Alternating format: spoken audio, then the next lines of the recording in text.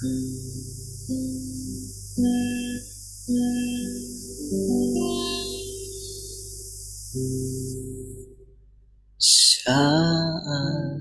indah ku berhadapan denganmu, memandang wajahmu, Yesus kekasih jiwaku.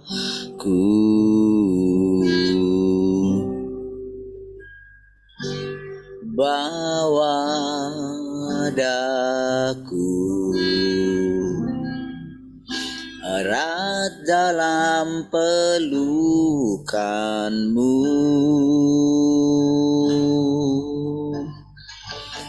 menikmati kasih dan indahnya hadiratmu.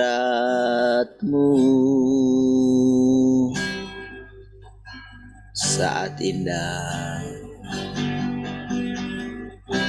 saat indah ku berhadapan denganmu,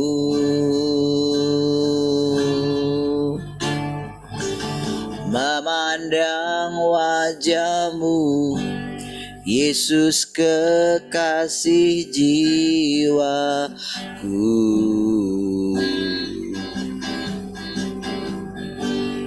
Bawa daku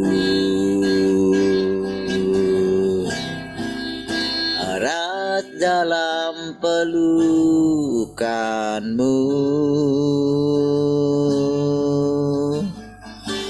menikmati kasih dan indahnya hadiratmu.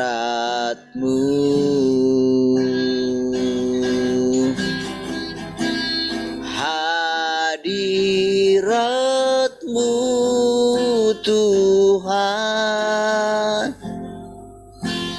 ku rasakan,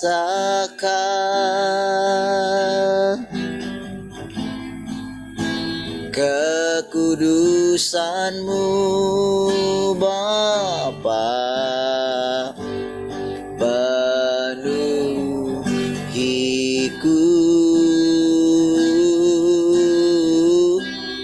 Ku rindu selalu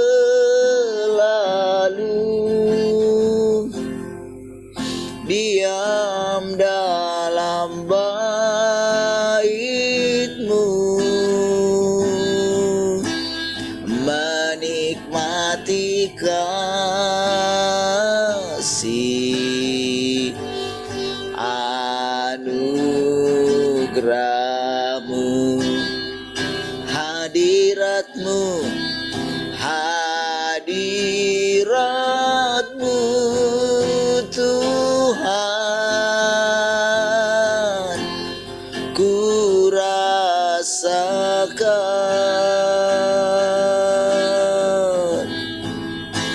kekudusan-Mu Bapa penuhiku.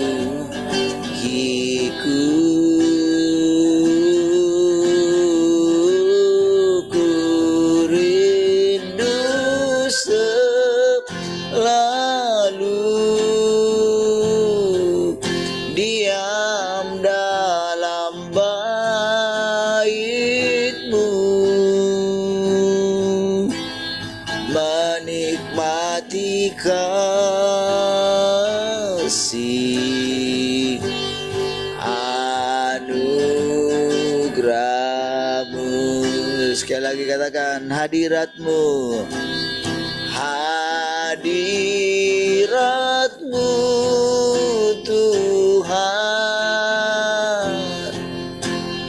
ku rasakan,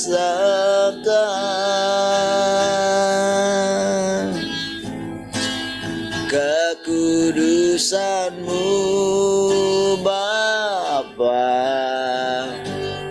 penuhiku.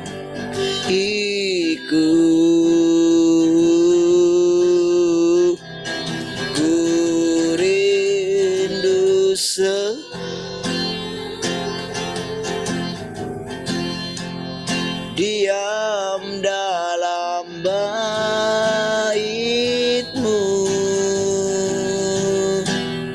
menikmati kasih anugerah-Mu,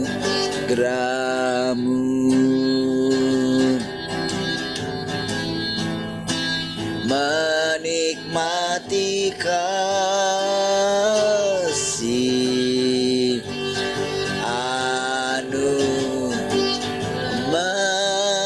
menikmati kasih dan anugerah-Mu, menikmati kasih anugerah-Mu,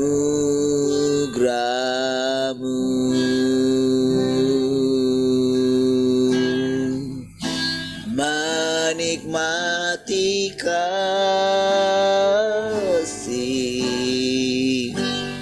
anugerah-Mu,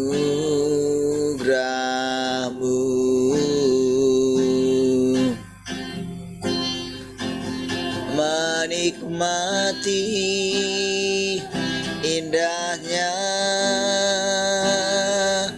kasih-Mu Tuhan,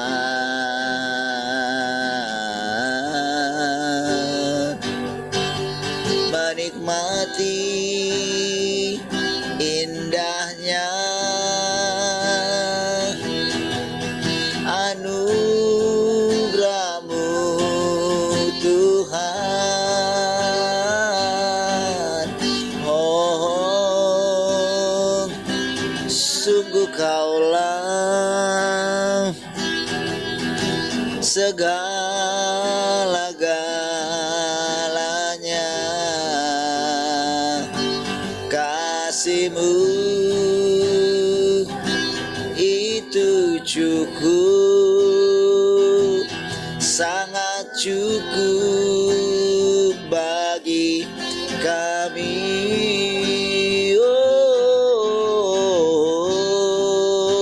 Oh, terpujilah Engkau selama-lamanya Tuhan.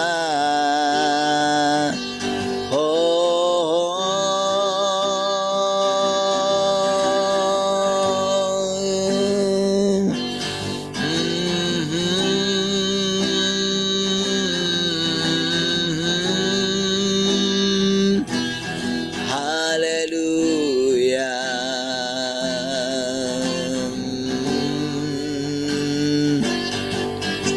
Ku melupakan yang di belakangku, ku serahkan diriku hanya padamu Yesus, dan ku berlari kepada tujuanku. Kau beriku hari yang baru, yang lama telah berlalu. Ku melupakan yang di belakangku, ku serahkan diriku hanya padamu Yesus, dan ku berlari kepada tujuanku.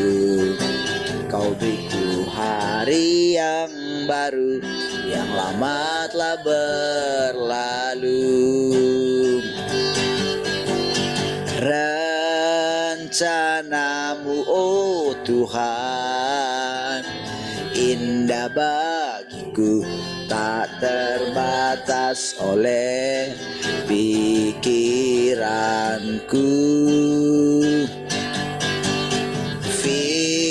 Firman-Mu ya dan amin, sumber kekuatan, Kau pengharapanku, Kau terbaik bagiku. Ku melupakan yang di belakangku, ku serahkan hatiku hanya padamu Yesus, dan ku berlari kepada tujuanku. Kau beriku hari yang baru, yang lama telah berlalu. Tuhan, rencanamu oh Tuhan, indah bagiku, tak terbatas oleh pikiranku.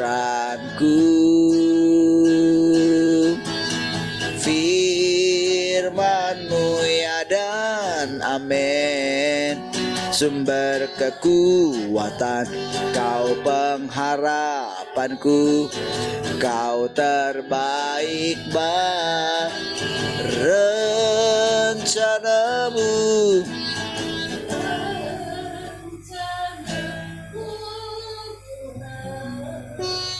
Indah bagiku, tak terbatas oleh pikiranku. Firman-Mu ya dan amin, sumber kekuatan, Kau pengharapanku, Kau terbaik bagiku.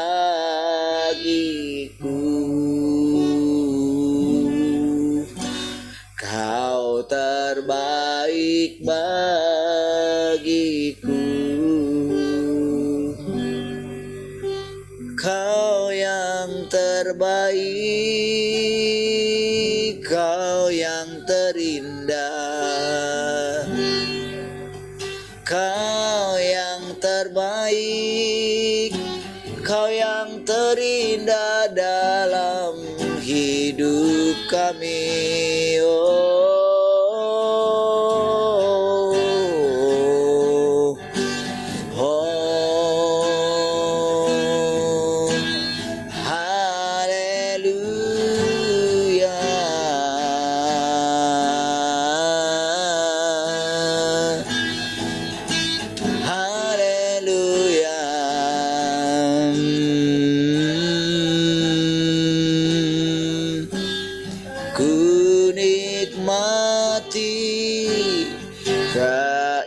Keindahan dan keagungan-Mu, oh Tuhan. Ku nikmati kemuliaan-Mu, menyembah-Mu dengan segenap hatiku. Rindu selalu, rindu selalu bersama-Mu, tinggal di dalam kediaman-Mu,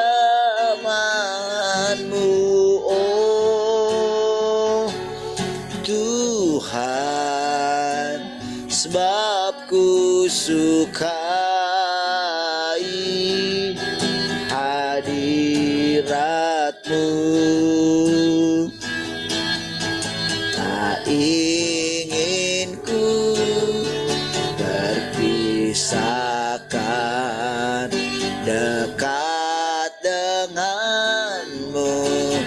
Itu yang ku rindukan,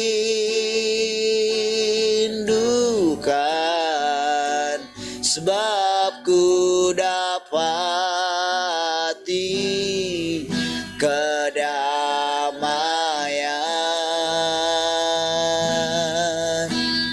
Ku nikmati keindahan dan keagungan-Mu, oh Tuhan. Ku nikmati kemuliaan-Mu, menyembah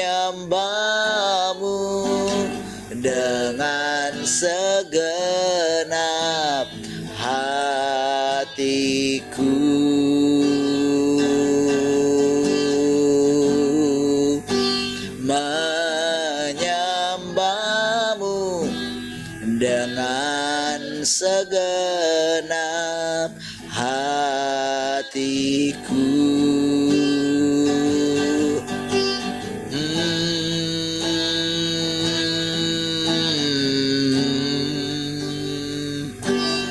Dengan segenap kekuatan,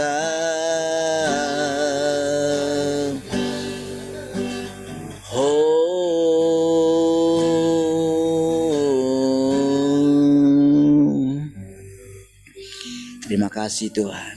Kami bersyukur pagi hari ini kami dapat kembali datang di hadapan-Mu ya Tuhan. Berharap kami dapat memandang Engkau Tuhan hari ini lagi. Agar kami Tuhan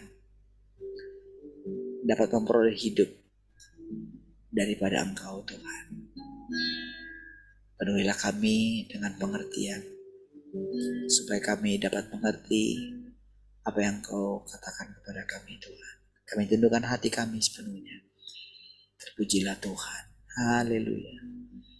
Mari kita semua yang mengasihi Tuhan sama-sama katakan amin. Baik, shalom semua, selamat pagi.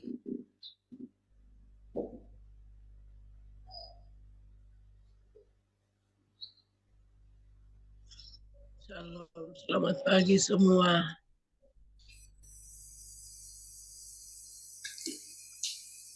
Shalom, selamat pagi semua. Shalom, selamat pagi semua. Shalom, selamat pagi semua.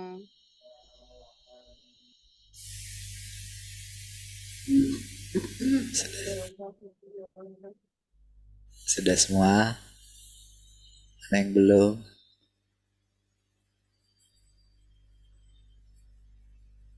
Shalom keluarga Glory.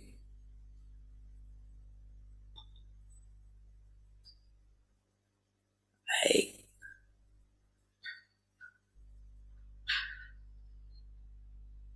Tuhan, ada yang mau sharing pagi ini?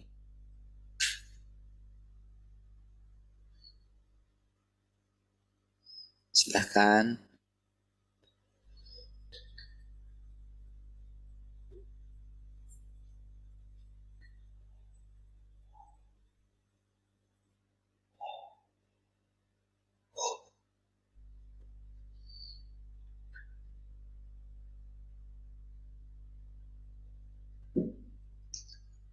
Ada?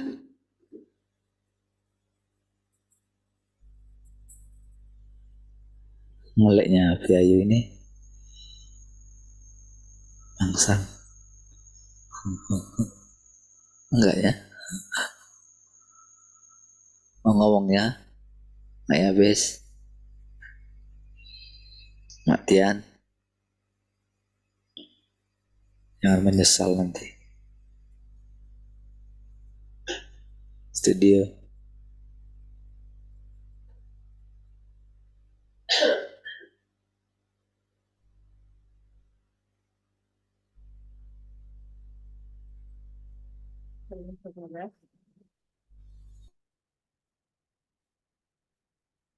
Ketika kita bisa bangun pagi gitu ya, kita sangat bersyukur kita bisa bangun setiap pagi dengan perhubungan asal Tuhan.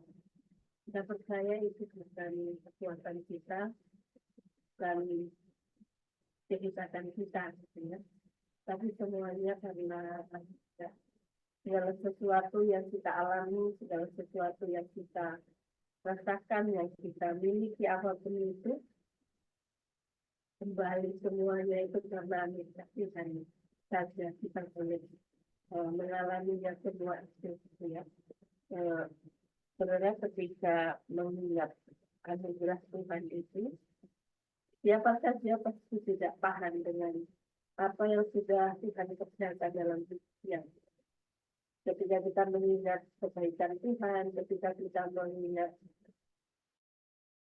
rencana Tuhan, jalan-jalan Tuhan yang terjadi dalam kehidupan seseorang gitu ya, dalam kehidupan kita secara pribadi atau kehidupan teman-teman kita gitu ya, ketika kita mengingat gitu bagaimana perjalanan kita selama ini boleh bersama-sama duduk di Tuhan gitu ya, mencari Tuhan dengan setia sampai hari ini itu semuanya karena Tuhan, gitu ya. Semuanya karena pencurahan Tuhan saja kita boleh mengalaminya.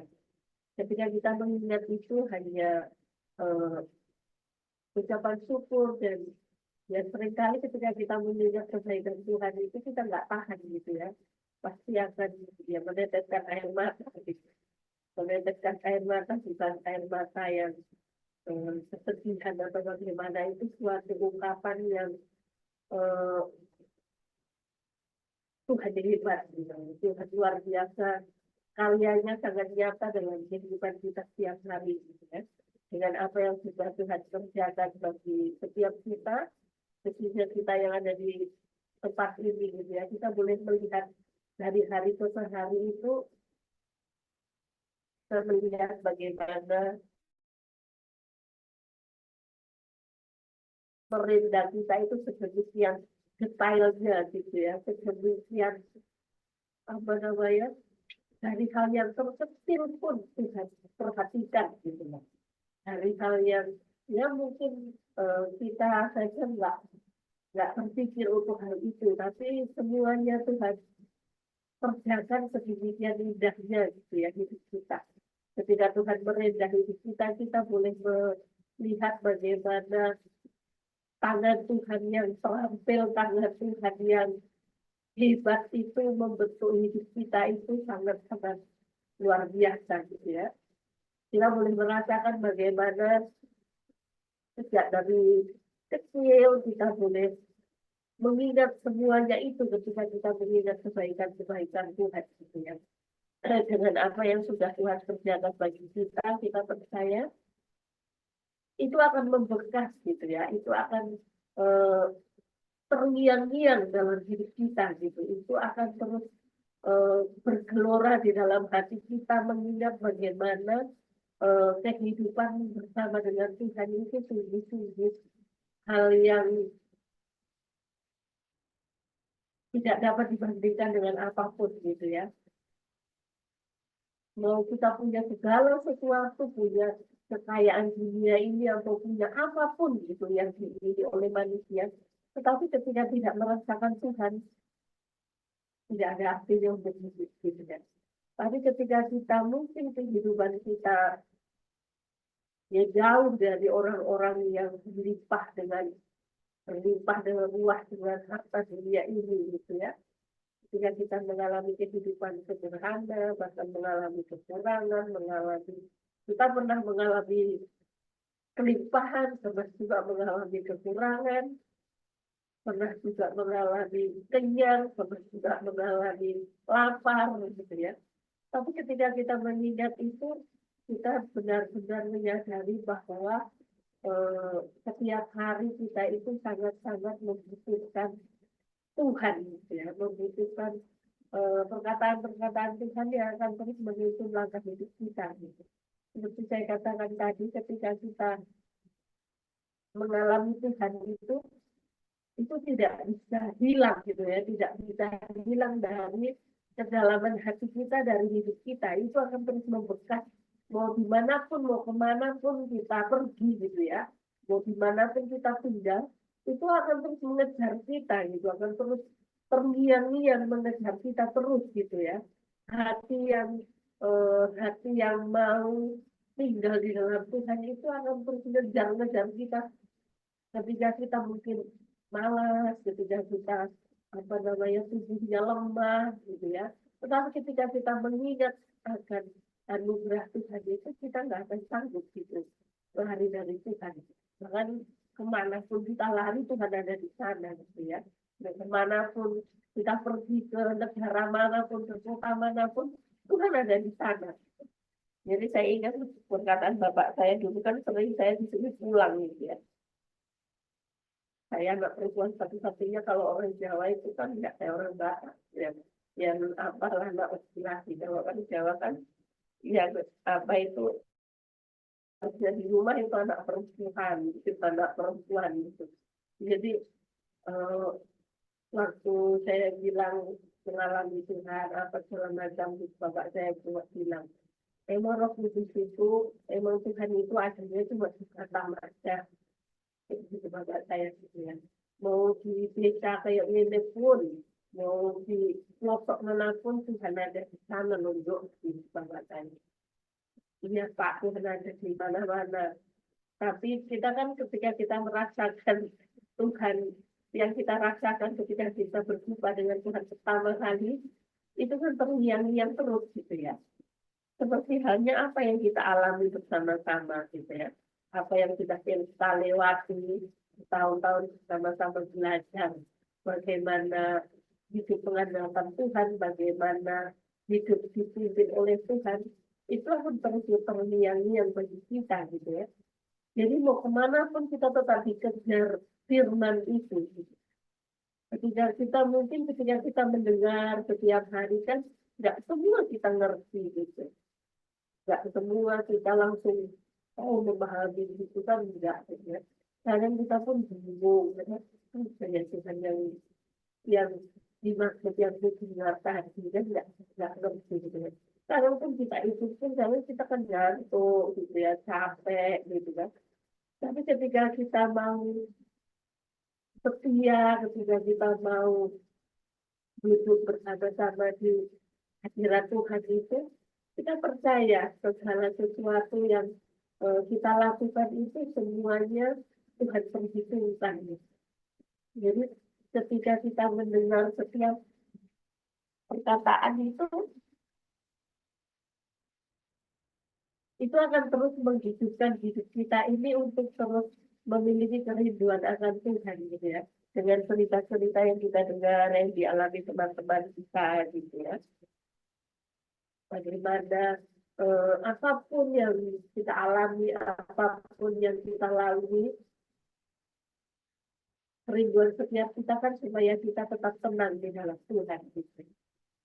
Kerinduan kita kan supaya kita tetap menundukkan diri dalam pengaturannya Tuhan. Tuhan melihat hal itu, saudara. Tuhan melihat bagaimana kerinduan kita di dalam hati itu. Tuhan ketika aku mengalami hal yang sulit apapun, kerinduan dalam hati kita itu kan kita nggak mau sungguh-sungguh gitu ya. Kita nggak mau menyalahkan Tuhan atau menyalahkan siapapun. Tetapi ketika kita melewatinya dengan bersyukur, kita melewatinya dengan memandang kepada Tuhan gitu ya, melewatinya dengan berharap kepada Tuhan, kita percaya firman yang kita dengar itu akan bekerja dengan leluasa dalam hidup kita gitu ya.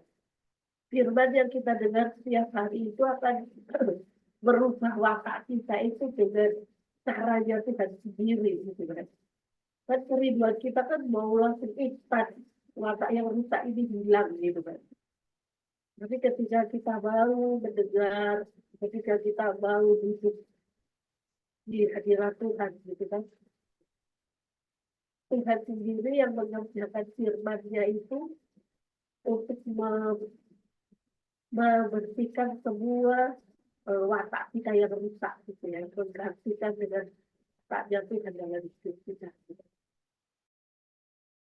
Kita menyadari bahwa kita butuh firman, gitu. Kita butuh firman. Jadi apapun saja yang kita lalui gitu, kita akan mengalami ketenangan di sana. Gitu ya.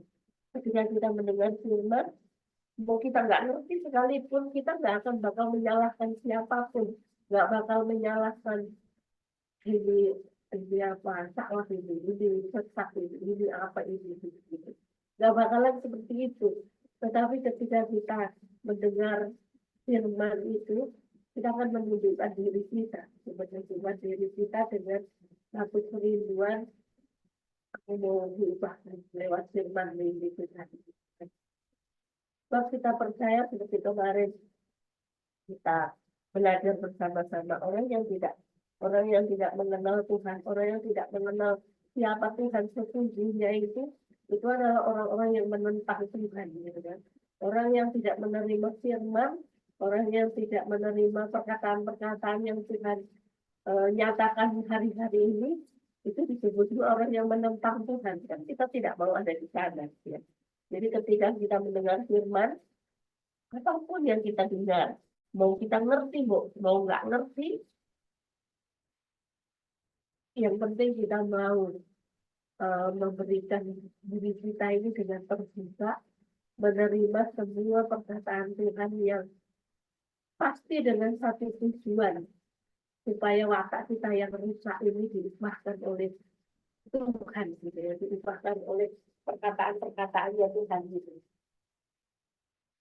Seperti kemarin dikatakan untuk ketika kita menyadari bahwa siapa Tuhan yang kita sembah, dia bukan Allah bayang-bayang, dia Allah yang nyata, dia pekerjaan dia itu nyata, terus apa yang dia lakukan itu sangat-sangat apa namanya nyata kita lihat di antara kita gitu ya.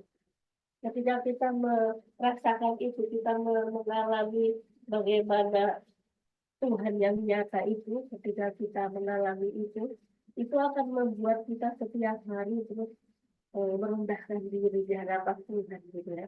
Setiap hari kita akan terus mau bertobat gitu. Setiap hari kita mau terus yang firman yang memperbaiki Tuhan gitu ya.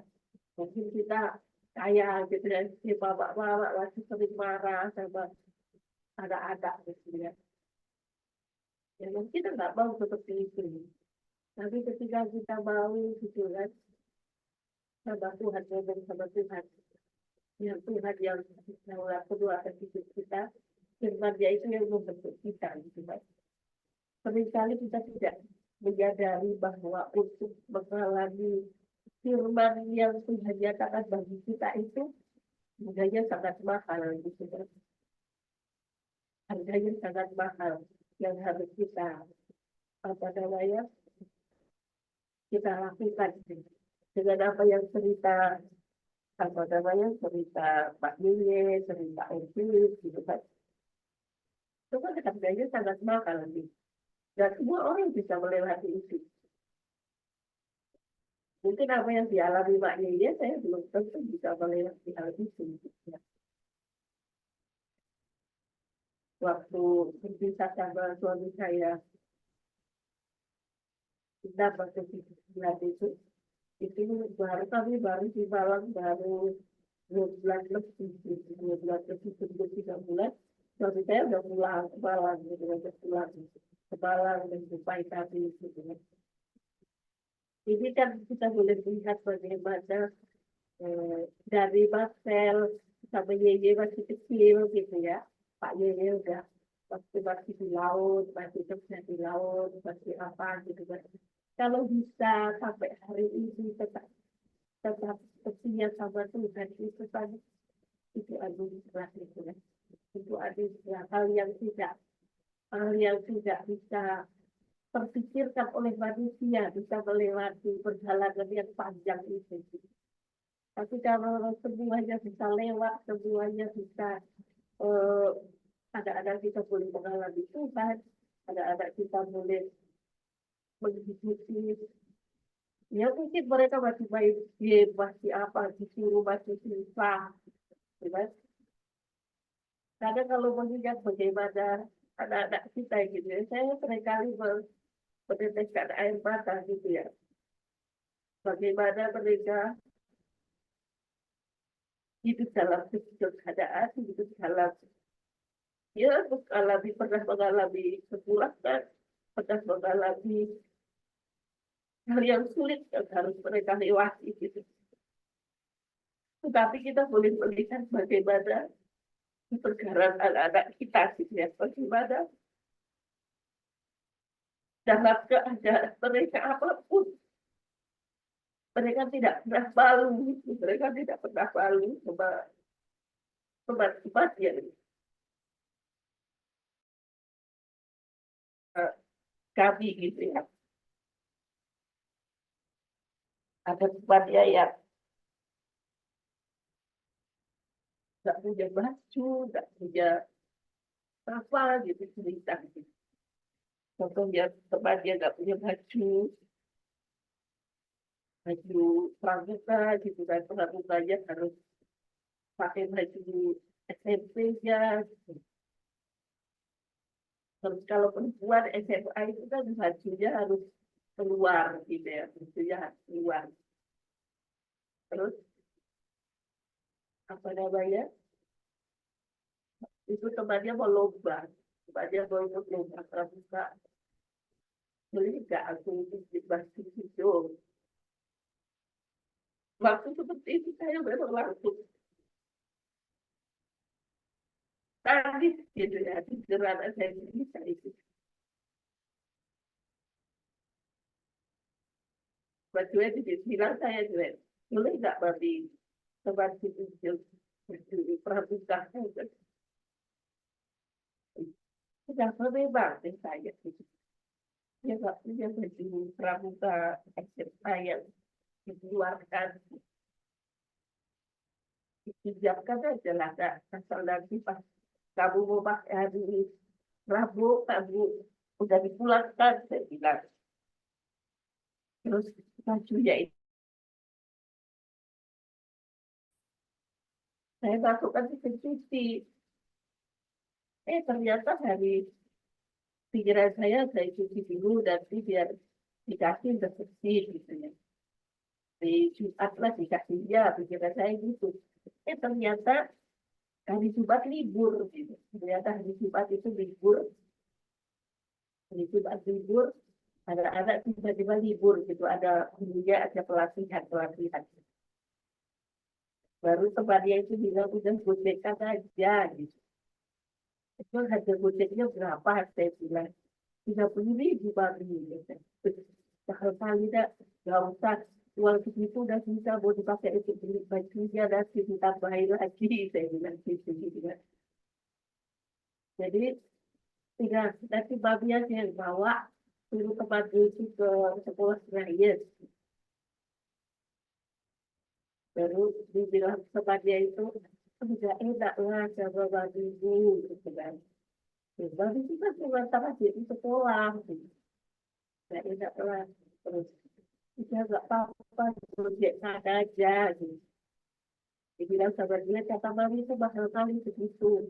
Udah kamu apa nanti babi itu baru tempat dia bilang besar itu babi bu antar ke Pak Security, Pak Jadi tanpa di sekolah katanya di 20 gitu. Terus gue tanya lagi, kenapa kok bisa harus kayak gitu? Saya bilang gitu. Baru soalnya saya bilang, kalau pakai itu udah kucek kadar jalan gitu kan. Tidaklah saya bilang, berarti babi antarlah ke sekolah. Baru saya antarlah ke sekolah, dia kasih ke SMP 2. Dia bilang, Pak, saya mau bikin baju ini, baju pramuka. Anaknya kan, online Bu hari ini, gitu kan. Iya, Pak. Ini nggak bisa, katanya itu. Nggak bisa. Ini baju ini bukan untuk anak saya, Pak. Tapi mau dipinjam teman dia yang besok mau lomba pramuka. Saya bilang, oh gitu, ya, ya boleh. Gitu. Dan kasih nama, sudah. Saya bilang. Terus saya ikuti Pak Polisi itu kan. Di situ ternyata tempatnya duet itu yang ikut lomba dia sekolah juga. Ternyata kata Pak Polisi itu juga, ya nanti yang datang ke sekolah itu cuma anak-anak yang lomba, Bu. Oh, di tempat itu saya tidak. Saya jadi kenapa ya ada itu nggak tahu datang ke 43 gitu alasannya kan tidak sama dia nggak ada yang ngantar pagi gitu nggak ada yang bisa ngantar pagi gitu sekolah. Jadi saya gini terus karena aku gitu lupa sama saya malu atau gimana gitu sepanjang jalan pulang gitu saudara saya itu anak-anak gitu kadang kita orang tua nggak menyadari apa yang dirasakan anaknya kan orang tuanya nggak menyadari apa yang dirasakan anaknya itu. Tapi saya sepanjang jalan pulang itu saya ini gitu ya saya doakan saya apa gitu cuma dia itu. Tapi itu tuh saya melihat bagaimana anak-anak kita ya, generasi anak-anak kita ini, generasi yang bagaimana mau sejak dari kecil mereka dengar-dengaran dengan apa yang mereka dengar gitu, dengar-dengaran dengan apa yang kita orang tuanya katakan gitu ya, apa yang kita orang tuanya ajarkan gitu. Itu akan terus membekas dalam hidup anak-anak kita gitu ya. Seperti apa yang kita alami orang tuanya, itu juga akan dialami oleh anak-anak kita dimanapun, kemanapun mereka akan sekolah, manapun mereka nanti sudah besar besar bekerja, atau waktu mereka sudah menikah sekalipun, itu akan membekas dalam hidup mereka. Itu yang akan membuat mereka mengalami apapun, mereka menyadari bahwa ada Tuhan yang luar biasa yang menuntut mereka sejak mereka dari kecil. Itu yang harus dirasakan anak-anak kita, kita percaya itu. Kita percaya di mana saudara-saudara kita, gitu, bagaimana untuk kita menjadi berkat, bagaimana untuk misalnya perkataan-perkataan yang disampaikan kepada orang di sana, mungkin itu yang nggak pernah kita pikirkan itu akan terjadi di sana, tapi itu terjadi di sana, itu kan membuat kita menjadi sangat nyata, ya, menjadi sangat nyata. Itu yang akan membuat kita tersemangat setiap hari untuk istighfar dengan Tuhan gitu ya. Itu yang akan membuat kita terus hari ini besok atau kapan gitu. Itu akan membuat kita terus penasaran dengan pekerjaan-pekerjaan Tuhan yang akan Tuhan kerjakan. Haleluya.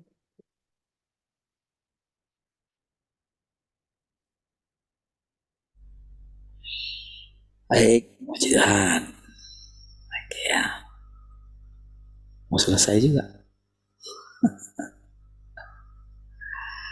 Haleluya. Muncul juga case ya.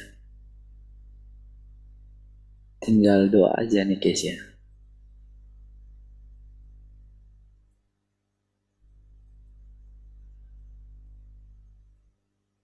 Baik, puji Tuhan ya.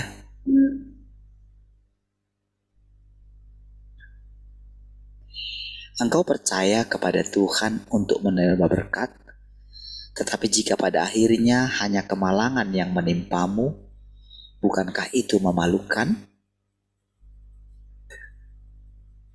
Aku mendorong engkau semua, engkau hendaknya membuat rencana lain. Apapun yang dapat kau lakukan akan lebih baik daripada kepercayaanmu kepada Tuhan.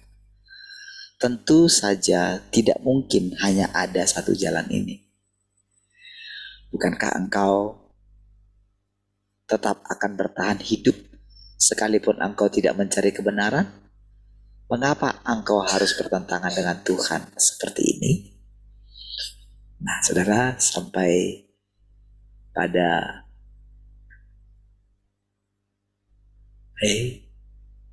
ternyata sudah selesai di situ ya. Di bagian itu, saudara. Saudara, yang mau dikatakan dari tema yang kita bicarakan selama beberapa hari ini, saudara, apa itu artinya mengenal Tuhan lewat pengalaman hidup kita? Kalau kita sudah mengenal Dia, kalau kita mencari kebenaran, dikatakan maka semua hal di masa lalu, segala kesalahan kita, pelanggaran kita tidak akan diingat-ingat oleh Tuhan gitu. Karena memang kan kita itu sudah diserahkan gitu. Bukan masalah kita sebetulnya pada awalnya kan ketika Adam dan Hawa pun mereka itu harus berhadapan dengan iblis gitu kan. Tuhan kan benar-benar mengizinkan iblis untuk menggoda mereka, mencobai mereka gitu. Kalau kita lihat ceritanya di situ kan ketika Tuhan datang itu pas pada waktu mereka sudah makan buah itu, kan tentu Tuhan tahu kan, dia maha tahu. Kenapa Tuhan tidak datang? Jadi dia tetap datang sesuai dengan waktu yang sudah ditetapkan dia kan, pagi dan petang. Dia berbicara, tentu kan ketika dia mengatakan tentang pohon itu, pohon pengetahuan yang baik dan jahat itu, dia kan katakan sekali saja kan. Lalu dia berbicara yang lain. Tuhan kan tidak selalu begini, jangan makan itu ya, jangan makan itu ya, setiap kali datang, jangan makan itu ya. Enggak kan. Dia kan bicara yang lain. Cuma dia sudah ingatkan sekali, jangan makan itu. Nanti pada hari kamu mau makannya, nanti kamu akan mati. Gitu ya. Dia kan manusia belum mengerti apa arti mati itu kan. Gak ada kamus mati dalam pikiran manusia pada saat itu. Gak ada. Ya karena belum ada yang mati. Dan mati itu pun apa gak tahu. Karena memang kan, ya gimana kan gak ada dirancang. Tubuh jasmani mereka harus mati. Itu kan gak ada. Gak ada disebutkan itu gitu. Dan apa gunanya gitu. Karena pada waktu itu kan yang ada cuman hidup. Hidup, mereka bisa memandang Tuhan gitu kan. Itu saja setiap hari.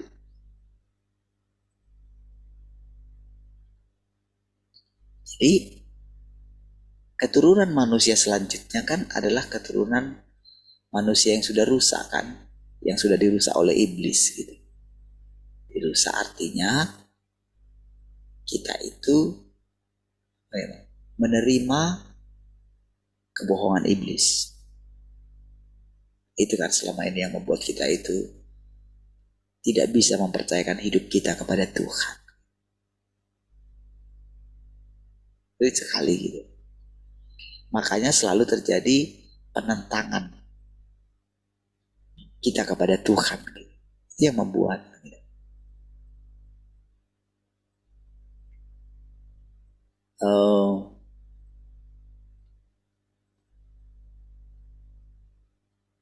ketika manusia itu sampai sekarang ini sudah 6.000 tahun. Yang dilihat manusia itu kan, yang dilihat Tuhan itu kan, semua manusia ini satu gitu. Makanya saudara, ketika ada banyak saudara hal yang dipikirkan oleh iblis itu, selalu iblis itu kecelek gitu.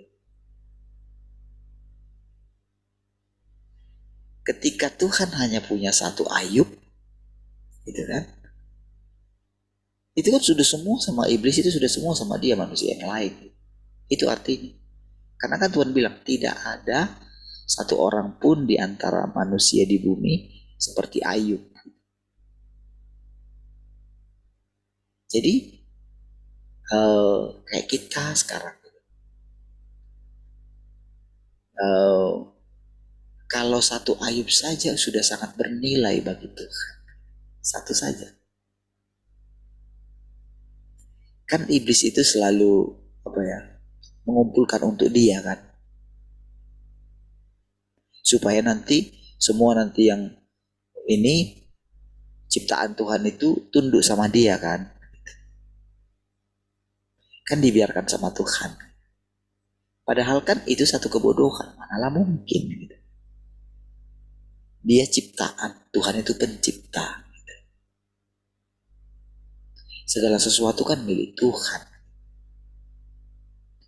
Segala sesuatu adalah dalam pengendalian Tuhan. Termasuk si iblis gitu. Mau iblis lari dari Tuhan, Kemana dia pergi bisa menjauhi roh Tuhan. Seperti yang dia bilang. Dari mana saja kamu? Dari keliling dunia lah. Seolah-olah kan dia sibuk sekali gitu kan. Mana-mana, aku bebas kemana-mana. Sama seperti perkataan yang terakhir tadi. Jadi,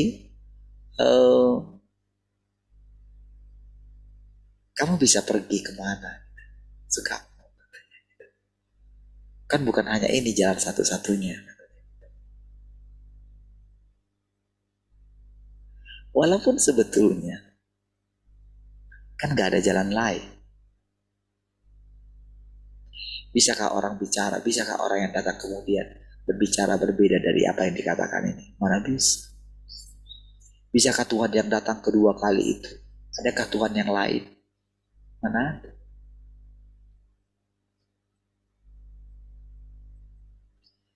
Bukankah perkataan ini semua, saudara?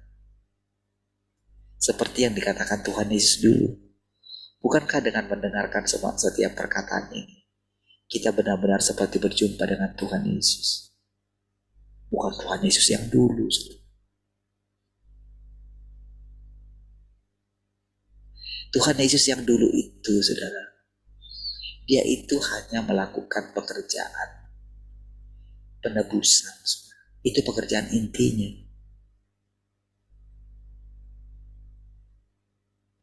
Kan setelah itu kan ada Roh Kudus yang akan mengingatkan kamu untuk setiap apa yang kukatakan. Tapi setelah itu kan dia datang juga kan menjumpai mereka.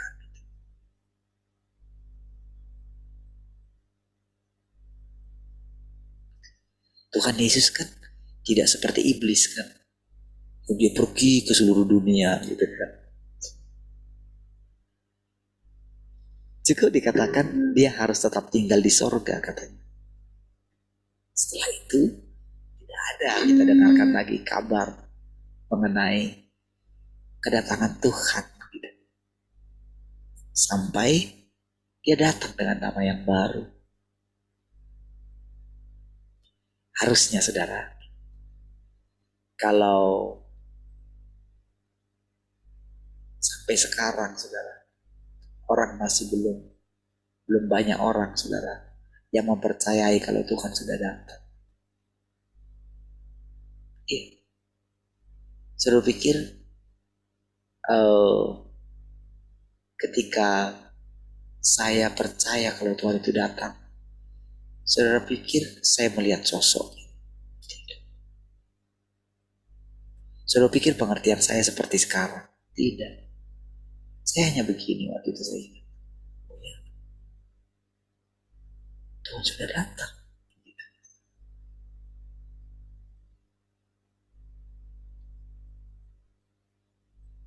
Jangan-jangan memang cara berpikir saya yang salah ini.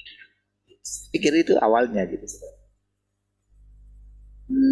Jadi ketika saya dengar Tuhan sudah datang itu gitu, saya nggak tahu juga bisa jumpa dengan ini. Gitu.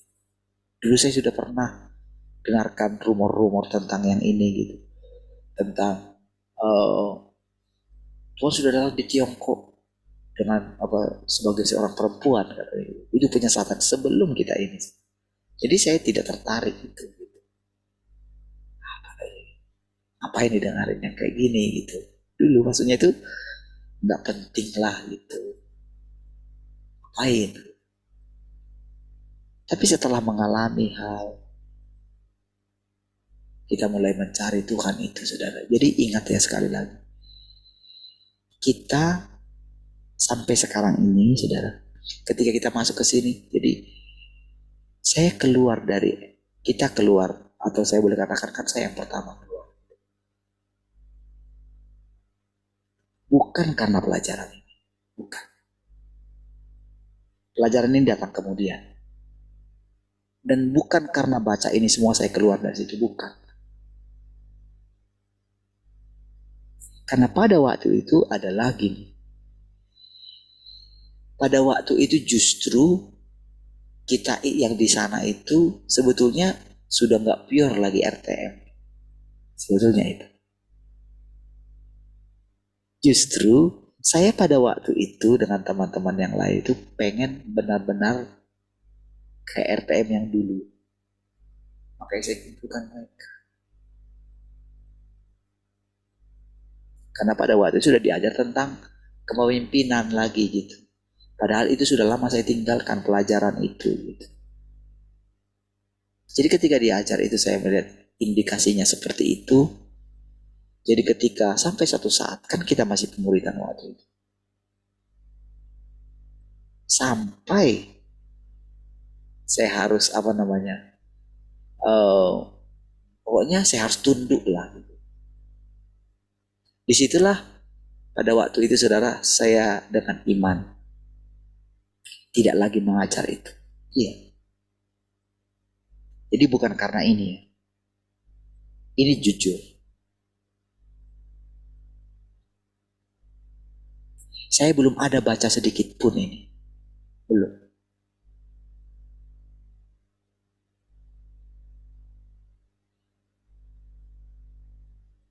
Saya nggak tahu tentang pelajaran ini. Sama sekali. Nah, jadi ketika sudah keluar itulah, disitulah benar-benar saya mencari Tuhan. Karena kan dulu dalam bayang-bayang. Nah, jadi saya ingat ketika pertama sekali saya sampaikan, saya di situ pertama kali dan satu-satunya saya itu bicara di retreat.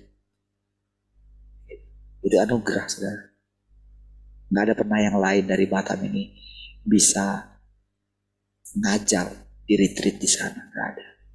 Siapapun dia. Karena dari dulu kan cuma Pak Andreas gitu. Dan ya kadang-kadang dipercayakan muridnya. Pada waktu itu saya sekali-sekalinya gitu. Pada waktu guru kita sudah nggak ada yang lain. Dan pada waktu itu saudara, itulah retreat pertama ketika guru kita meninggal. Dan saya yang pertama bicara. Bukan siapa-siapa, saya yang pertama. Bukan yang senior-senior itu, bukan Bu Rahel, bukan siapa gitu, saya. Di tengah baru ditinggalkan. Harusnya kan buat saya dong.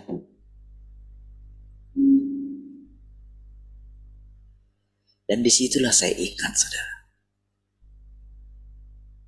Apa yang mau saya sampaikan? Jadi situ saudara saya mulai ingat. Hambaku Musa telah mati. Yang perkataan Tuhan kepada Yesus. Sekarang engkau yang harus memimpin bangsa ini. Itu kan firman. Kalau secara manusia seseorang mendengarkan perkataan itu, pasti kepalanya besar. Betul kan?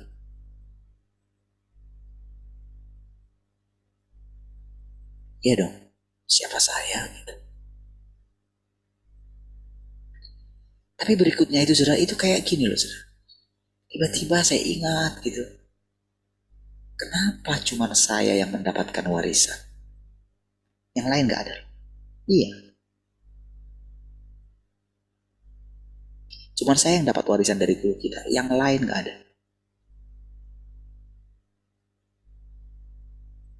Walaupun disebutkan kepada Batam. Jadi benar-benar Singapura, Malaysia, Batam, Sumatera. Iya. Itu jelas itu. Diserahkan kepada Batam. Cuman kita satu-satu. Jadi benar pada waktu itu saudara, saya itu berhak. Saya rasanya itu mau berdiri.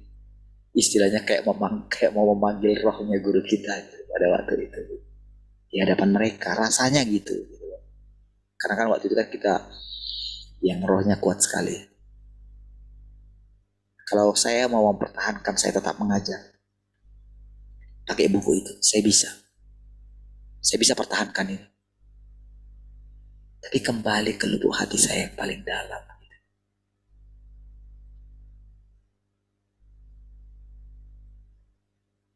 Ya, makanya waktu itu Medan, saudara ya. Ini ada dari Medan di sini. Pada waktu itu mereka pas itu mereka mau bikin ini gitu. Termasuk di sana gitu. Saya benar-benar serahkan. Ya, walaupun saya yang merintisnya, yang baru gitu. Saya serahkan aja. Dan memang cukup singkat gitu. Dan semua yang mereka coba ini memang hancur. Ya, tapi benar-benar saya tidak mau ganggu juga. Ya, tidak mau saya. Jadi kalau yang 3 ini bisa bertahan, saya bilang hebat. Gitu. Kalau misalnya kemarin kita bisa ke sana, bisa jalan lagi, bisa ini lagi, saya benar-benar menunggu Tuhan. Gitu. Saudara, mengikuti Tuhan ini, saudara, ketika dikatakan Tuhan sudah datang kedua kali. Saya sudah katakan, saya jujur bilang sama saudara. Saya sekalipun tidak pernah berhubungan dengan orang-orang ini. Tidak pernah. Bahkan saya tidak tahu siapa orangnya. Dan memang tidak berusaha tahu. Tapi saudara, walaupun demikian, saudara, secara perlahan, saudara, Tuhan yang istilahnya yang datang ini gitu ya. Walaupun misalnya tidak ada kerinduan saya berjumpa karena pikiran saya begini juga gitu. Pikiran saya, kalaupun saya berjumpa dengan memang gimana gitu. Dari segi bahasa pun terbatas gitu. Jadi tak ada kerinduan sama sekali. Tapi dari semua perkataan ini, saudara, saya itu bisa menerima yang namanya Tuhan yang di surga. Tapi mengenai Tuhan yang di bumi, belum tentu saya bisa menerimanya. Itulah yang dikatakan Tuhan kepada Petrus. Apakah engkau mengasihi aku?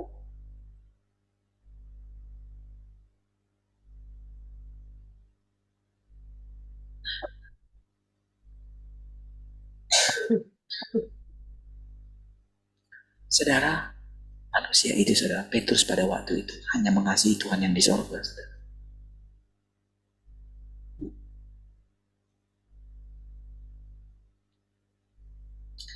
Dia tidak benar-benar percaya kalau Tuhan yang di bumi, yaitu adalah Yesus,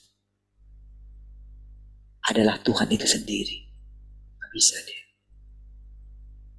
Itu suatu penyesatan, saudara, bagi dia. Itu masalahnya, saudara.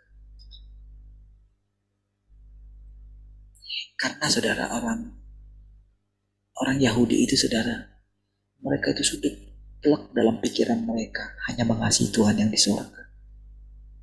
Semua orang di bumi ini, saudara, kenapa mereka itu dikatakan penyembah berhala? Karena mereka itu menyembah Allah yang tidak kelihatan.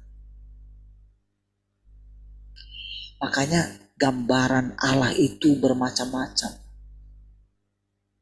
Yang penting jadi sampai-sampai mereka itu menyebut Allah yang di surga atau yang di atas. Sampai mereka menyebutnya penguasa langit dan bumi gitu. Tapi hal itu sungguh sangat menyedihkan bagi Tuhan. Kenapa? Yang di sorga itu banyak.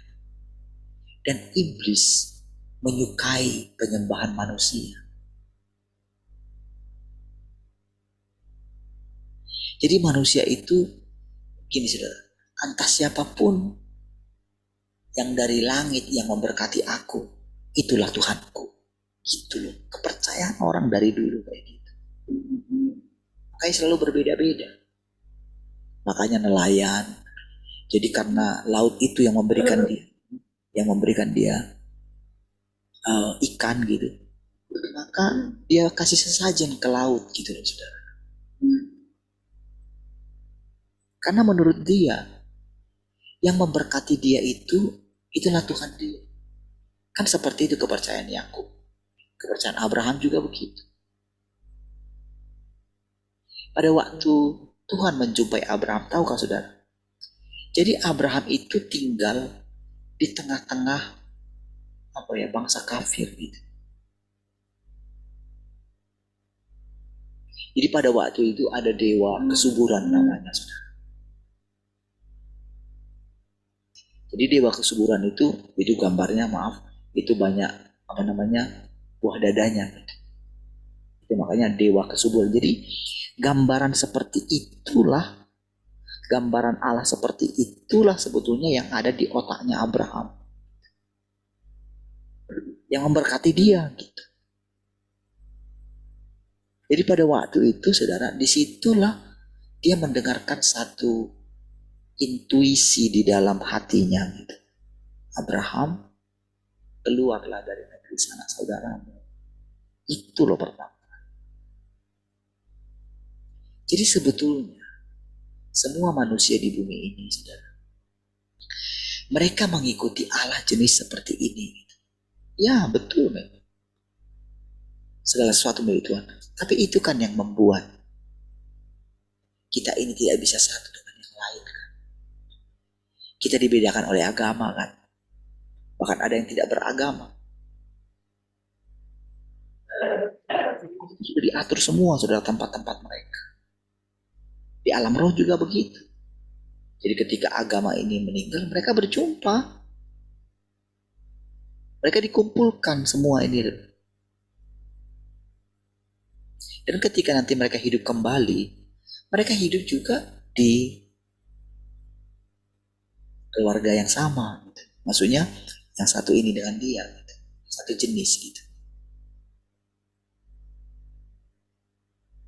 Makanya ketika Tuhan katakan akan tiba saat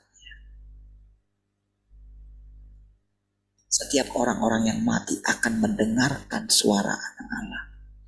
Dan mereka yang mendengarnya akan hidup. Itu sebelum dia terangkat, saudara. Dia mengatakan itu. Di Yohanes pasal 5. Dulu kita ketika mendengarkan ayat itu kan karena pada waktu itu kita diajar oleh guru kita tentang dunia orang mati. Itulah jembatan kita mengerti ketika kita masuk ke dunia orang mati. Ke dunia roh. Pada waktu itu kan kita ini kan gak ada yang apalagi setelah guru kita meninggal. Disitulah saya baru ngerti tentang dunia roh gitu. Saya melayani, saya ini gitu. Saya tidak merasakan dampak apa-apa maksudnya ke dalam diri saya. Tapi di sekeliling saya merasakan dampaknya. Tapi saudara, kita diajar gitu. Kita dituntun. Tapi cara nuntunnya itu saudara, karena memang pekerjaan Tuhan ini secara rahasia di dalam diri kita. Kita hanya akan mengetahui cara kerja Tuhan itu ketika kita benar-benar serius duduk di kaki Tuhan. Hanya pada saat itu. Kalau tidak, kita tidak tahu. Kita tidak tahu kita sedang menghidupi kehidupan siapa. Ya. Kita tidak tahu apa rencana Tuhan ketika kita ada di kandungan ibu kita nggak tahu. Kita tidak tahu garis hidup kita bagaimana, takdir kita bagaimana, kita nggak tahu. Iya, misalnya lah seperti adik saya yang saya bilang, Bina Bire, gitu. Ya, sedih gak saudara? Kira-kira kayak di sini lah saya bilang, saudara. Mereka sudah kumpulkan semua ini, saudara. Harus mereka tinggalkan begitu saja. Ya kan? Rasanya itu saudara, kita itu kan gak habis pikir. Dua-dua kerja, gaji yang lumayan, tak punya rumah. Ya. Berapa kali punya tanah, punya ini, gak pernah bisa menjadi kenyataan. Sebenarnya kalau gak punya rumah ya mending punya mobil inilah. Atau bisa ya nanti waktu dijual pun mobil itu nggak dapat apa-apa. Itu orang banyak ditipu. Bayangin saudara. Sampai ke sana pun saudara sudah ngurus semua seperti yang saya bilang. Sudah sewa tempat, sudah beli alat-alat untuk itu saudara. Seperti yang saya katakan saudara.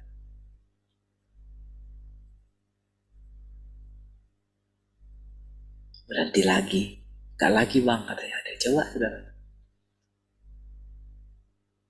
Kemarin baru senang-senangnya ngomong sama orang tua. Doain apa?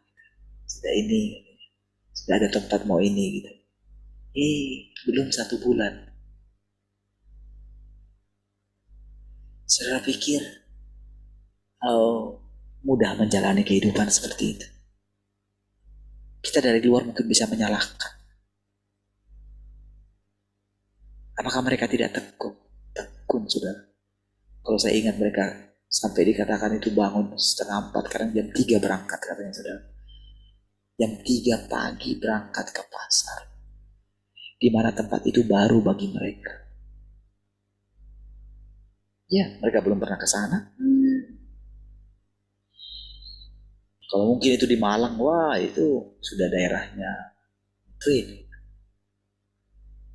Di sana. Berhadapan dengan orang-orang yang keras gitu.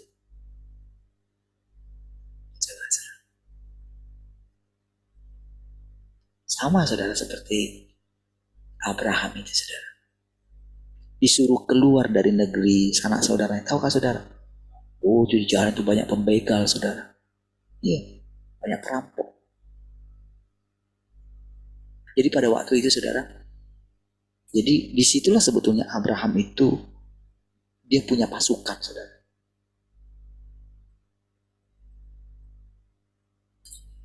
Jadi ada pasukannya itu 316 orang. Dulu ada mobil sedan ya, itu namanya, pokoknya itu ada tuh, kalau nggak salah 316. Saya ingat itu, saya dari mana ya angka ini? Gitu. Situ ketika saya lihat pasukannya Abraham 316, jangan-jangan orang itu ngambil dari sini. Saudara, Abraham ketika dia disuruh keluar dari negeri sana saudara,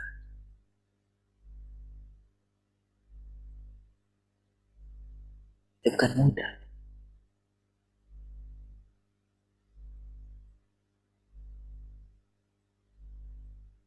Ketika disuruh keluar saudara,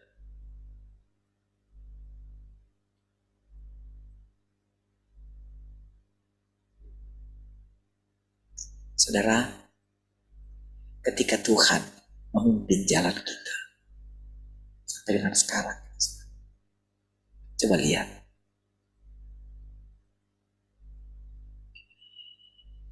Saudara, ketika melihat segala kebaikan Tuhan ya, dalam hidup kami, memang anugerah saudara. Bukan karena saya mencari Tuhan dari tiba-tiba aja kok saudara. Ketika saya jumpa Tuhan pertama kali, itu tiba-tiba saja. Iya. Saya pulang kampung. Gitu aja. Saya benar-benar merasakan sebelum kenal yang namanya hadirat-hadirat Tuhan. Di situ pertama kali saya berjumpa dengan Tuhan.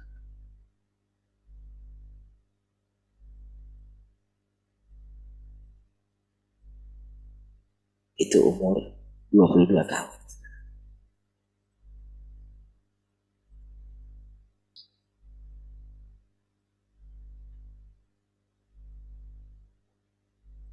Dan kalau lihat sampai dengan saat ini, saudara,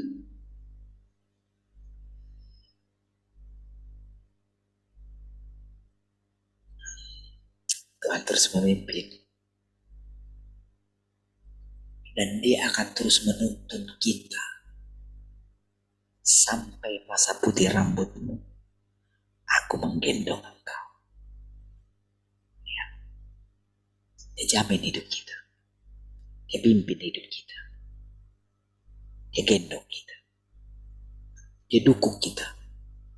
Digendong itu saudara, dulu itu gambar digendong itu ditaruh di sininya saudara. Saudara, itulah gambaran Tuhan Yesus itu yang bawa domba itu saudara, ditaruh di sini. Karena saudara, domba itu binatang yang menyenangkan pada waktu itu. Sampai gambarannya itu dombanya ditaruh di sini. Bawa kemana-mana. Itulah gambaran tentang sampai masa putih rambutmu, aku menyokong engkau. Ini perjalanan kita, saudara. Kalau kita bisa sampai dengan hari ini, itu karena Tuhan mendukung kita. Ya, Dia tidak memaksa kita untuk percaya kepada Dia. Sekalipun kita adalah miliknya. Sampai lahir satu keyakinan. Sampai pada akhirnya kita menyadari siapa Tuhan itu. Apa yang dimilikinya. Dan apa kerinduannya terhadap kita. Baik, Tuhan. Mari kita berdoa. Kasih Tuhan, kami bersyukur pagi hari ini. Terpujilah Engkau Tuhan yang terus membawa kami, menuntun kami. Sampai sejauh ini. Kami yakin Engkau terus mendukung kami Tuhan. Ini hati kami Tuhan, kami persembahkan lagi kepadamu. Terpujilah Engkau Tuhan. Haleluya. Mari sama-sama katakan. Amin. Tuhan semua. Tuhan berkati. Shalom.